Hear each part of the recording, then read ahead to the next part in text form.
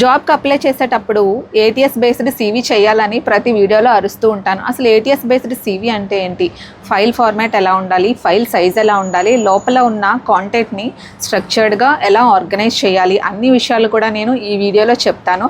నేను ఒక మ్యాటర్ చెప్తున్నాను, ఒక స్క్రీన్ షాట్ పెడుతున్నాను అంటే అదంతా కూడా నా personal experience. Before corona, during corona, after corona, how much I struggle to enter the UAE market అనేది నాకు తెలుసు. ఇప్పుడు నేను చెప్తుందంతా కూడా పెయిడ్ ఇన్ఫర్మేషన్. చాలా జాబ్ కన్సల్టెన్సీస్ ఉంటాయి యూఏఈలో. మన సీవీని ఏటీఎస్ బేస్డ్ కాంప్లియంట్గా ప్రిపేర్ చేసి మన దగ్గర మనీని ఛార్జ్ చేస్తూ ఉంటాయి. బట్ నేను మీకు ఇదంతా కూడా ఫ్రీగా చెప్తున్నాను, ఎందుకంటే జాబ్ అనేది అందరికీ ఎంత ఇంపార్టెంటో నాకు తెలుసు. అండ్ నేను ఎంత స్ట్రగుల్ అయ్యానో, I was all alone during my job journey. అప్పుడైతే చాట్ జీపీటీ, టిక్టాక్, ఇన్స్టాగ్రామ్ ఇవి కూడా లేవు. సో నాకు తెలుసు ఆ స్ట్రగుల్ ఏంటో. ఇది ఒక life changing moment, life turning point job అనేది ఎవరికైనా కూడా.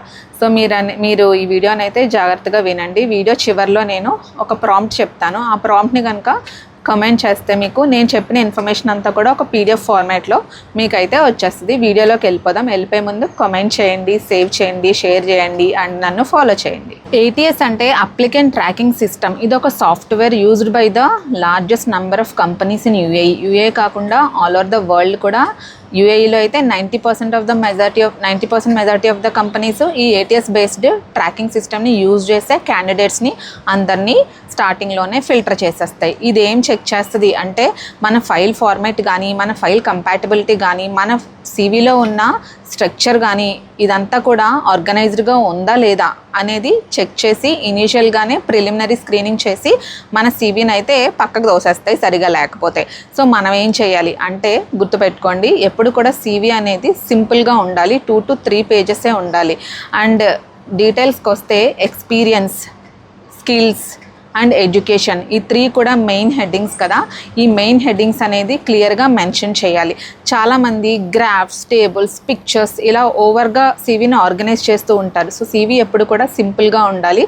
అండ్ ఫైల్ ఫార్మాట్ ఎప్పుడు కూడా పీడిఎఫ్లో ఉండేలాగా చూసుకోండి. అండ్ ఫైల్ సైజ్ వచ్చేసి 2 MB కన్నా బిలో ఉంటే ప్రతి దానికి కంపాటబుల్గా ఉంటుంది. అండ్ ఫాంట్ సైజ్ వచ్చేసరికి Arial, calibrate, Times New Roman. నేనైతే ఎస్పెషల్లీ టైమ్స్ న్యూ రోమన్ 11నే యూజ్ చేస్తాను. బికాజ్ నేను యూరోపియన్ ఇలా డెవలప్డ్ కంట్రీస్కి డాక్యుమెంట్స్ ప్రిపేర్ చేస్తూ ఉంటాను. అక్కడ కూడా అప్రూవ్ అయిన స్టాండర్డ్ ఫాంట్ సైజ్ వచ్చేసి టైమ్స్ న్యూ రోమన్ 11. నేనైతే అదే యూజ్ చేస్తాను. ఏరియల్, క్యాలిబ్రే కూడా మీరు యూజ్ చేయొచ్చు. హెడ్డింగ్స్ అయితే 12లో పెడతాను.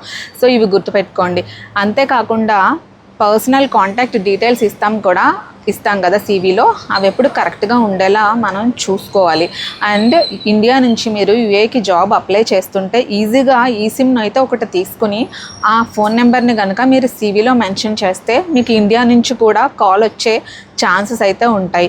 సో చెప్పాను కదా, సీవీని ఎప్పుడు సింపుల్గా ఇలా ఫైల్ ఫార్మాట్లో పెట్టుకుని ఆర్గనైజ్ చేసుకుని మనం గనక అప్లోడ్ చేస్తే హయ్యర్ ఛాన్సెస్ ఉంటాయి సెలెక్ట్ అవ్వడానికి. అంతేకాకుండా job description and keywords are the main element of the CV, main key element. మనం ఏదైనా జాబ్కి అప్లై చేస్తే ఇదివరకు ఒక సీవీని పట్టుకుని ఒక 10-20 జిరాక్స్ కాపీలు అన్నిటికీ ఒకటే ఇచ్చేవాళ్ళం. ఇప్పుడు అలా కాదు. మన సీవీని ప్రతి జాబ్కి తగ్గట్టు, ప్రతి జాబ్ డిస్క్రిప్షన్కి తగ్గట్టు చేంజ్ చేయాలి.